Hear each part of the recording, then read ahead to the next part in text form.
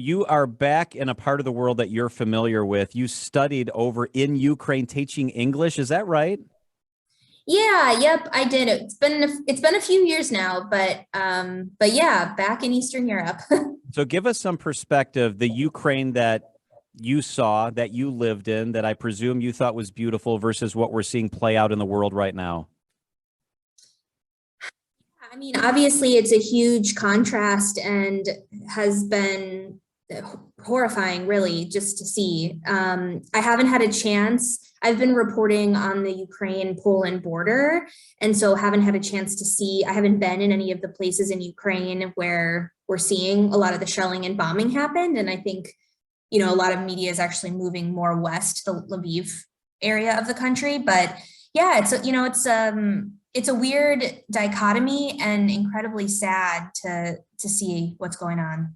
But having been there and you've written about what happened at the hospital, which we've all been reporting on, having been in some of these areas inside Ukraine where the rest of us have not, and now you see the video on social media or wherever you get your news, Katelyn, it must be a completely different perspective than for the rest of us who have never been there to see what was a beautiful, vibrant country who gained independence only 30 years ago, now being bombed and attacked.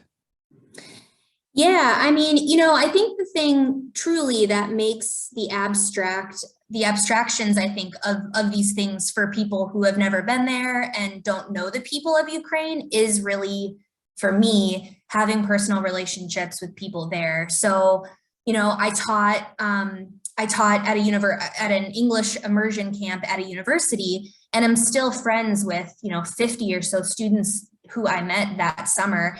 And like yesterday, one of my students, her husband was killed. He was fighting in the Ukrainian army and was killed, and she posted on her Facebook wall about it and the details of his funeral in the Lviv area. And they were just married in 2020. And so I have a lot of friends still over there, and people even that I know that I've been working with here in Poland who are here in Poland and safe, but their family is back in Ukraine. And so when you have those personal connections and it's like your friends who could be killed, it obviously really hits home. And this war and the ideas of democracy aren't as abstract as I think they can be when you're so far away in the US.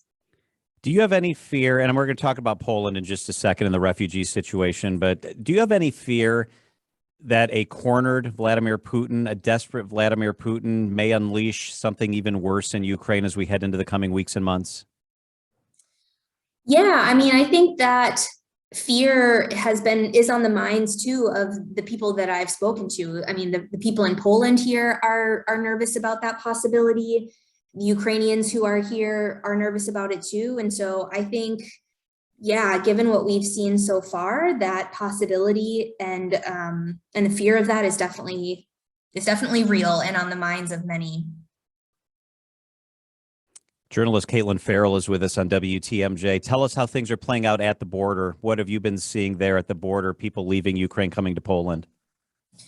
Yeah, so it's been really busy, as I think a lot of media has reported, and it has been interesting just to sort of see the arc of the flow of people too, just the longer that I've been here. So I've seen just a remarkable level of infrastructure around both more major and more minor border crossings into Poland just be built up in the span, right? This war is only coming to the end of its second week, really. And or it's been, yeah, it's about 2 weeks old. So I think just seeing the infrastructure of how the aid is coordinated, and even like digital resources too for folks coming here, a lot of websites and ways for them to get connected.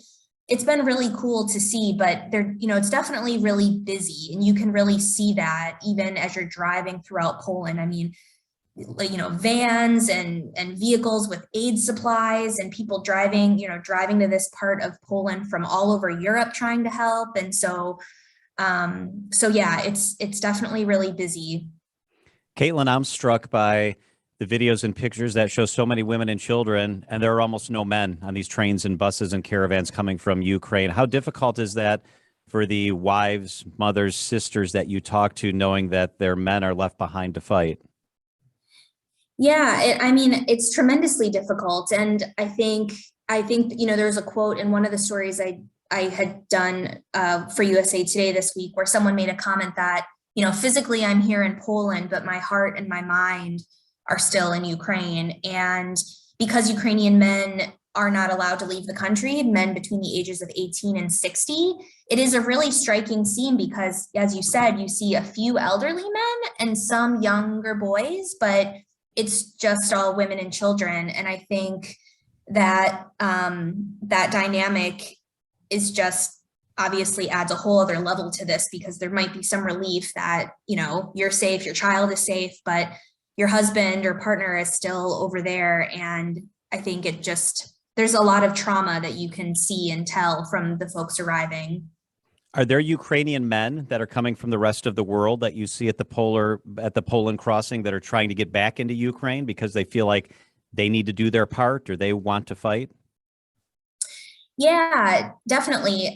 There's been thousands of men from the Ukrainian diaspora returning to Ukraine, especially following their President Zelensky's call for folks to come back, looking for volunteers who are Ukrainian and also volunteers from all over the world to join the Ukrainian army. So I did a story about that a week or so ago, and I haven't been to that same border crossing since that story, but I plan to head back there in a few days. And so it'll be interesting to kind of see how long the lines are to get back into Ukraine, because when I was there a few weeks ago, I mean, it was long. It was hundreds of cars and hours it's really time consuming to get both into Ukraine and get out of Ukraine as well at some of these major border crossings. Your work is poignant. It's powerful. You're sharing important stories with the rest of the world, including folks back here in Wisconsin.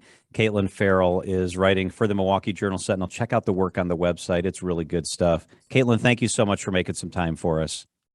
Yeah, thanks for having me.